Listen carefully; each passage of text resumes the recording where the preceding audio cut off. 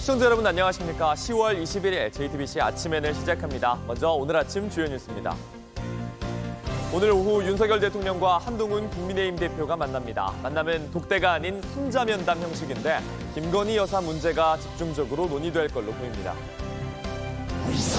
어제 오후 서울 은평구에서 70대 기사가 몰던 택시가 SUV 차량을 들이받은 뒤 식당으로 돌진하는 사고를 냈습니다. 오늘 새벽엔 베트남 다낭에서 인천으로 출발하려던 여객기가 기체 이상으로 결항돼 승객 180여 명이 현지에 발이 묶였습니다. 이스라엘이 팔레스타인 가자 지구에 대한 공격을 이어가면서 최소 87명이 숨지거나 실종됐고 40명 넘게 다쳤습니다. 네타냐후 이스라엘 총리는 트럼프 미국 공화당 대선 후보와 통화해 국익에 따라 종전을 결정하겠다고 말한 걸로 전해졌습니다. 오늘 아침은 중부 내륙을 중심으로 서리가 내리면서 쌀쌀한 날씨가 이어지겠습니다. 낮에는 다시 기온이 오르지만 내일 강한 비가 온 뒤에 다시 추워지겠습니다. 오늘 출근길 나서는 분들은 두툼한 외투 챙기셔야겠습니다. 어제 설악산엔 첫눈이 왔는데 오늘 새벽엔 내륙 곳곳에 서리까지 내렸습니다. 오늘 아침 서울의 수은주는 10도 아래로 떨어지면서 올 가을 들어 가장 낮았는데요. 낮엔 잠깐 기온이 오르지만 내일 전국에 강한 비가 내린 뒤 다시 추워지겠습니다. 이재승 기자입니다. 오늘 아침 내륙 곳곳은 기온이 10도 아래로 떨어졌습니다. 서울 9.7도, 대전 8.5도, 춘천 5.4도 등 일부 지역은 올가을 들어 가장 추웠습니다. 어제 설악산에 첫눈이 내린 데 이어 오늘 아침은 경기 북부와 강원도에 서리가 내린 곳이 많습니다. 곳에 따라 얼음이 온 곳도 있어 농작물 피해도 우려됩니다. 다만 낮부터는 다시 기온이 오릅니다. 오늘 낮 최고 기온은 서울 20도, 광주 23도, 부산 24도 등으로 어제보다 2도에서 최대 6도가량 크게 오르겠습니다. 오후 들어 남해안과 제주를 시작으로 내일은 전국에 가을비가 내립니다. 양도 제법 많습니다. 기상청은 중부 지역에 60mm까지, 전라와 경상권에 최대 100mm 이상, 제주도는 많은 곳에 120mm 이상도 내다봤습니다. 영남 해안과 제주도 해안에선 너울성 파도도 밀려들겠습니다. 내일 강한 비가 내린 뒤엔 다시 북쪽에 찬 공기가 내려오겠습니다. 모레 수요일 중부지방의 낮 기온은 15도 안팎까지 떨어지겠고 강한 바람 탓에 체감 온도는 더 낮아지겠습니다. 이달 초까지 이어진 더위 탓에 늦어진 단풍도 이제는 속도를 내고 있습니다. 일교차가 커지면서 강원도 설악산은 이미 단풍이 절정에 달했고 지리산 등 남부지방도 평년보다 일주일 늦은 다음 달 절정을 맞을 것으로 보입니다. JTBC 이재승입니다. 오늘 오후 윤석열 대통령과 한동훈 국민의힘 대표가 만납니다. 면담의 핵심 의제는 김건희 여사 문제가 될 걸로 보이는데요. 형식은 대통령실과 당 간의 이견 끝에 식사가 아닌 차담이 됐고 정진석 대통령 비서실장이 배석합니다. 앞서 한동훈 대표가 공개적으로 제시한 이른바 3대 건의에 윤 대통령이 어떤 반응을 내놓을지 관심이 쏠립니다. 정재윤 기자입니다. 윤석열 대통령과 한동훈 국민의힘 대표는 오늘 두 사람만 만나는 독대 형식이 아닌 정진석 비서실장도 배석하는 3자 면담 형식으로 만납니다. 저희는 독대를 원했고 그다음에 이제 용산 대통령실에서 비서실장을 포함해서 3자가 만나는 게 좋겠다 이렇게 얘기를 하셔서 대표와 그 주변 분들은 그렇다면 이쪽에서도 뭐 비서실장이나 대표 비서실장이나 누군가 함께 나가는 게 낫지 않겠느냐 좀 불편한 반응을 보였던 것 같고요. 만남의 형식을 놓고도 대통령실과 당 간의 이견이 컸던 겁니다. 면담 의제에 제한은 없지만 김건희 여사 문제가 집중적으로 논의될 걸로 전해졌습니다. 특히 한 대표는 앞서 요구한 대통령실의 인적 쇄신, 김 여사의 대외 활동 중단, 의혹 규명 협조 등을 다시 언급한다는 입장입니다. 어쨌거나 내일 면담 이후에 우리 당 정이 다시 하나 되는 또 국민들께서 우려하는 당정의 모습이 아닌 그런 좋은 결과가 나오기를. 민주당은 성과를 내야 한다며 한 대표를 압박했습니다. 김건희 여사의 어떤 사과라든가 뭐 부속실을 설치하겠다라든가 내지는 뭐 일부 인사들에 대한 경질 뭐 이런 게 아니고 이번 회담에서 정확하게 입장을 피력하고 요구하는 것 또 윤석열 대통령이 정확히 답을 해야 되는 게 반면 국민의힘 중진 의원 출신인 김태흠 충남지사는 신뢰 기반이 없는 독대는 독대가 아니라 하극상이나 담판이라며 한 대표를 견제하는 듯한 태도를 보였습니다. JTBC 정재윤입니다. 김건희 여사 문제는 이번 주 국정감사에서도 쟁점이 될 걸로 보입니다. 특히 김 여사의 무혐의 처분을 놓고 오늘 대검찰청 국정감사에서 치열한 공방이 예상되는데요. 이번 주 금요일엔 심우정 검찰총장이 증인으로 채택됐습니다. 김휘란 기자입니다. 민주당은 검찰의 실질적인 임명권자가 김건희 여사냐며 날을 세웠습니다. 김건희 여사 방탄 집단으로 전락한 하루살이 검찰에게 내일은 없습니다. 민주당은 내일 대검찰청 국정감사를 통해 김건희 여사 불기소 결정의 실체를 낱낱이 드러내겠습니다. 김 여사 주거지 등에 대한 압수수색도 없이 낸 결론을 받아들일 수 없다고도 했습니다. 국민의힘은 검찰총장을 탄핵하겠다고 나선 민주당에 대해 명분도 논리도 없다고 맞섰습니다. 수사 결과에 관해서 사사건건 탄핵이라는 이러한 카드를 내거는 것은 헌정 질서를 파괴하는 그런 행위다. 헌법 질서에 충실한 정쟁이 아닌 국민을 보고 정치를 했으면 좋겠다고도 밝혔습니다. 지난 18일 서울중앙지검에 이어 오늘 열리는 대검찰청 국정감사에서도 김건희 여사에 대한 무혐의 처분을 놓고 치열한 공방이 예상됩니다. 오는 25일 예정된 종합감사에선 야당 주도로 대검찰청이 감사 대상으로 추가되고 심우정 검찰총장이 증인으로 채택됐습니다. JTBC 김희란입니다. 사건 사고입니다. 어제 오후 4시쯤 서울 은평구 가련동에서 70대 기사가 몰던 택시가 후진하다 식당으로 돌진하는 사고가 났습니다. 택시는 후진 중에 정차된 SUV 차량을 들이받은 뒤 식당으로 돌진했는데 다행히 식당엔 손님이 없어 출입문이 파손됐고 SUV에 타고 있던 4명이 가벼운 부상을 입었습니다. 오늘 새벽 5시 반쯤 베트남 다낭에서 인천으로 출발 예정이던 대한항공 여객기가 조류 충돌로 인한 기체 이상으로 결항해 승객 180여 명이 큰 불편을 겪었습니다. 대한항공 측은 현지에 발이 묶인 승객들에게 숙소를 제공했고 현지 시간 오늘 오후 3시 40분쯤 다낭에서 출발하는 항공편으로 승객들을 수송할 예정입니다. 러시아에 북한군이 파병됐다는 정황을 뒷받침하는 자료가 잇따라 공개되고 있습니다. 러시아 함정이 북한 병력을 이송하는 모습이 담긴 사진부터 군 보급품 설문지엔 한글이 적혀 있었습니다. 전 세계가 확전 가능성을 주시하는 가운데 러시아, 우크라이나 사이 공세는 더욱 거칠어지고 있습니다. 임지수 기자입니다. 모자 둘레와 키 등 여름용 군복을 위한 북한식 신체 치수를 묻습니다. 북한을 뜻하는 조선 등 러시아어가 한글로 번역돼 있습니다. 러시아에 파병된 북한 군인들에게 나눠준 것으로 추정되는 설문지입니다. 북한군 추정 병사들이 줄지어 이동하고 보급품을 받는 영상에 이어 한글 설문지까지 공개된 겁니다.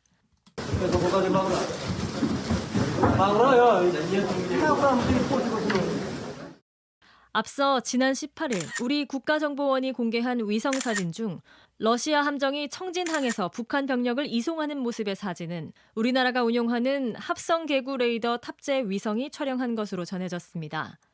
국제사회는 러시아가 우크라이나 전쟁에서 어려움을 겪고 있다는 증거라면서도 확전 가능성을 우려했습니다. Das alles macht deutlich, dieser Konflikt franzt aus in andere Regionen der Welt, was seine Wirkung angeht.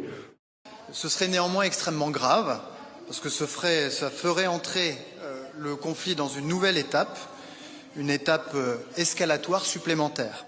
다음 달 대선을 앞두고 특히나 확전이 부담스러운 미국 정부는 신중한 반응입니다. I can't confirm those reports at this point in time. It's something that we will certainly continue to investigate. If that is the case, it's serious, obviously. 젤렌스키 우크라이나 대통령은 현지 시간 20일 북한 파병을 뒷받침하는 증거가 충분하다며 국제사회가 단호하게 대응해달라고 촉구했습니다. 그는 북한이 전쟁에 더 개입하면 모두에게 해로울 수밖에 없다고 경고했습니다. 이런 가운데 러시아군은 젤렌스키 우크라이나 대통령 고향인 크리비리흐 곳곳에 미사일 공습에 나섰고 우크라이나도 수도 모스크바 등 러시아 본토에 대규모 무인기를 날려보내며 타격을 시도한 것으로 전해졌습니다. JTBC 임지수입니다. 이스라엘이 팔레스타인 무장정파 하마스의 수장 야히야 신와르를 살해한 이후에도 가자 지구에 대한 공습을 이어가고 있습니다. 로이터 통신 등에 따르면 이스라엘군은 현지 시간 19일 가자 지구 북부를 공습해 최소 87명이 숨지거나 실종됐고 40명 넘게 다쳤습니다. 이와 동시에 레바논의 수도 베이루트에도 공습을 감행해 헤즈볼라의 정보사령부와 지하 무기시설을 타격한 걸로 알려졌습니다. 베냐민 네타냐후 이스라엘 총리는 도널드 트럼프 미국 공화당 대선 후보와 전화 통화를 하며 미국은 종전을 강조하고 있지만 이스라엘은 국익에 따라 결정하겠다고 말한 걸로 전해졌습니다. 온라인에서 화제가 된 뉴스, 화제가 될 뉴스를 골라 전해드립니다. 아침엔 소셜픽입니다. 도널드 트럼프 미국 공화당 대선 후보가 초박빙 선거의 핵심 지역인 펜실베니아를 찾았습니다. 햄버거 프랜차이즈인 맥도날드에서 직접 감자튀김을 만들었는데요. Mr. Trump, what's your favorite thing to order at McDonald's? I like it all. 현지 시간 20일 트럼프 후보가 펜실베니아주의 한 매장에서 재킷을 벗고 앞치마를 둘렀습니다. 트럼프는 직접 감자를 튀기고 드라이브스루에서 고객 주문을 받기도 했습니다. 민주당의 해리스 후보가 과거 맥도날드에서 일한 경험을 내세운 적이 있는데 여기에 대립각을 세우려는 의도로 보입니다. This is fun. I could do this all day. I wouldn't mind this job. 트럼프를 지지하는 일론 머스크도 격전지인 펜실베니아를 찾아 선거 날까지 매일 100만 달러, 우리 돈 14억 원을 주겠다고 밝혔습니다. 표현의 자유와 총기 소유 자유 지지를 서명한 사람 중에 추첨으로 뽑겠다는 겁니다. Which, if you already believe in the Constitution, you're just signing something you already believe, and you can win $1 million. 영합주 유권자들의 개인정보를 선거에 활용하려는 목적이라는 분석인데 미국 대선 점점 더 치열해지고 있습니다. 젤렌스키 우크라이나 대통령이 러시아와 북한의 협력에 국제사회가 더 단호하게 대응해야 한다고 촉구했는데요. 우크라이나 군 관계자는 한글로 분단을 끝낼 기회다 이런 메시지를 소셜미디어에 올렸습니다. Нестабільності та загроз може стати значно більше після того, як Північна Корея буде вчитись сучасній війні. Зараз ми маємо чіткі дані про те, що в Росію постачають і людей з Північної Кореї. 현지 시간 20일 젤렌스키 대통령은 영상연설을 통해 북러 협력에 눈을 감지 않는 세계 지도자들에게 감사하다는 인사를 전했습니다. 북한의 지원을 사실상 참전으로 규정하고 전쟁을 연장시킬 뿐이라고 비판했습니다. 보단 크로테비치 우크라이나 아조우 연대장은 X에 한글로 공산주의 정권에 의해 인위적으로 만들어진 분단을 끝낼 수 있는 대한민국의 기회라고 적기도 했습니다. 마리우폴에서 항전을 벌이고 있는 아조우 연대는 민병대로 시작해 지금은 정식 군대 조직이 됐는데요. 이민자 혐오와 나치주의 성향을 드러내왔다는 지적이 있기도 합니다.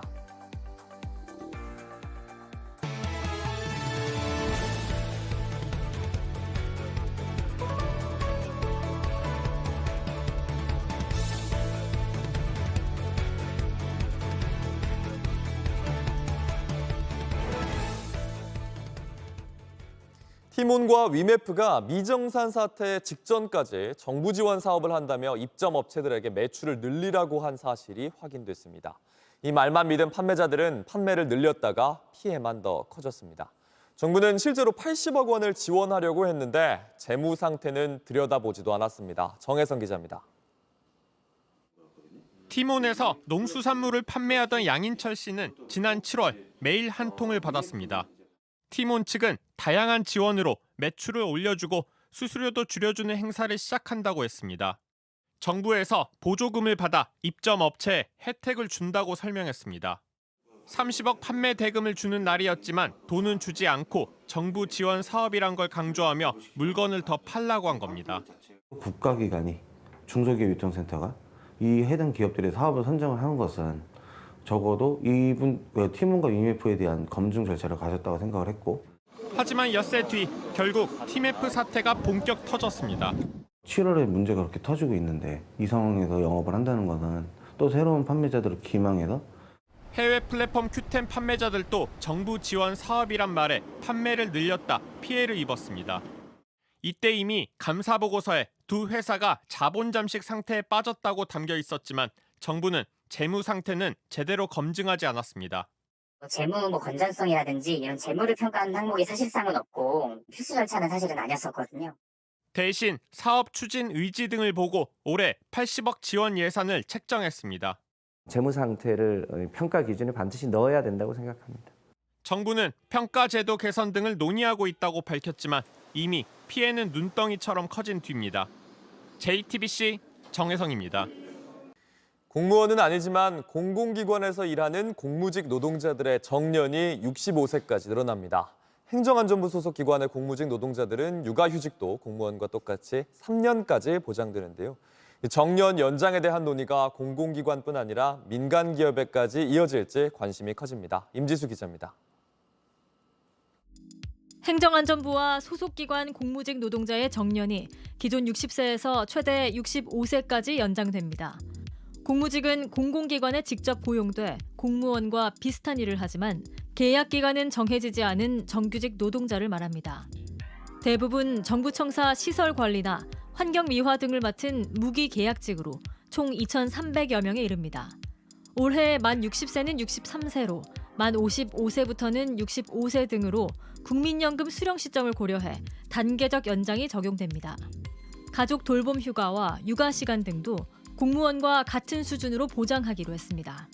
불임이나 난임 치료 등을 위해 최대 1년 휴직이 가능해지고 8세 이하 아이를 키우거나 임신 중인 경우 3년까지 육아휴직도 신청할 수 있게 됩니다. 5세 이하 자녀를 위해 24개월 안에서 하루 최대 2시간 육아 시간을 쓸 수 있었던 기존 규정에 비해 큰 변화입니다.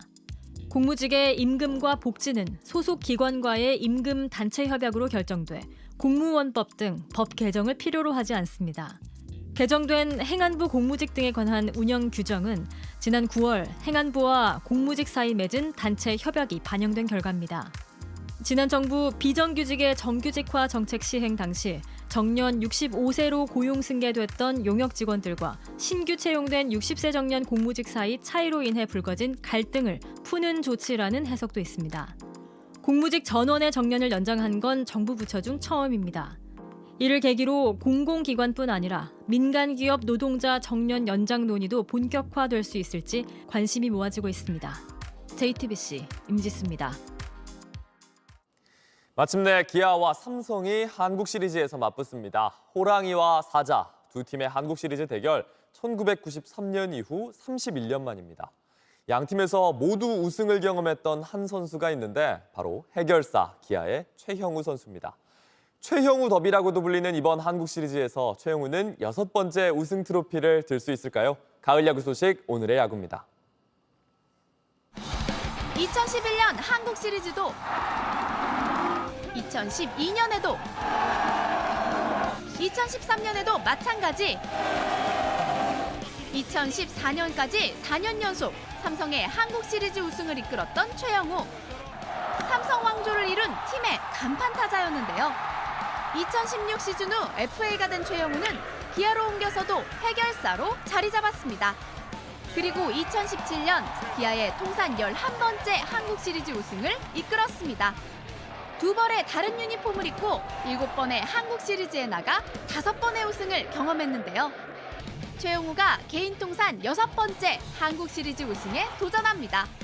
삼성 강민호도 기아에서 가장 경계할 선수로 최용우를 꼽았는데요. 아무래도 경험도 많고 또 이 중요한 이 찬스 때 가장 강한 타자라고 생각하고 있거든요. 그래서 어떻게 해서든 이제 형우 형은 잡아야 되지 않을까라고 생각하고 있습니다. 최영우의 올 시즌 타율은 2할 8푼. 그러나 22개의 홈런을 때렸고 109타점을 올려 김도영과 팀 내 공동 타점 1위를 기록했습니다. 특히 경기의 승패를 좌우한 결승타를 12번 쳐내는 등 일단 기회가 오면 놓치지 않았는데요. 올스타전 최고령 MVP와 국내 선수 최고령 만루 홈런, 최고령 100타점 기록을 새로 쓰며 최영우의 시간은 거꾸로 간다는 말도 나옵니다. 통산 한국 시리즈 우승 횟수 1위인 기아와 2위 삼성이 맞붙는 2024 한국 시리즈는 오늘 저녁 광주에서 대망의 막을 올립니다. 오늘의 야구였습니다. 날씨입니다. 이번 한 주는 기온 변화가 크게 벌어지겠습니다. 오늘 아침은 중부 내륙을 중심으로 서리가 내리는 등 쌀쌀하게 시작합니다. 그러나 낮부터는 다시 기온이 올라서 서울 20도, 부산 24도 등으로 어제보다 2도에서 6도가량 높겠습니다. 내일은 전국에 강한 비가 내리겠고 비가 그친 뒤엔 또다시 추워지겠습니다. JTBC 아침엔을 마칩니다. 내일도 7시 반에 아침을 열겠습니다. 시청해주셔서 감사합니다.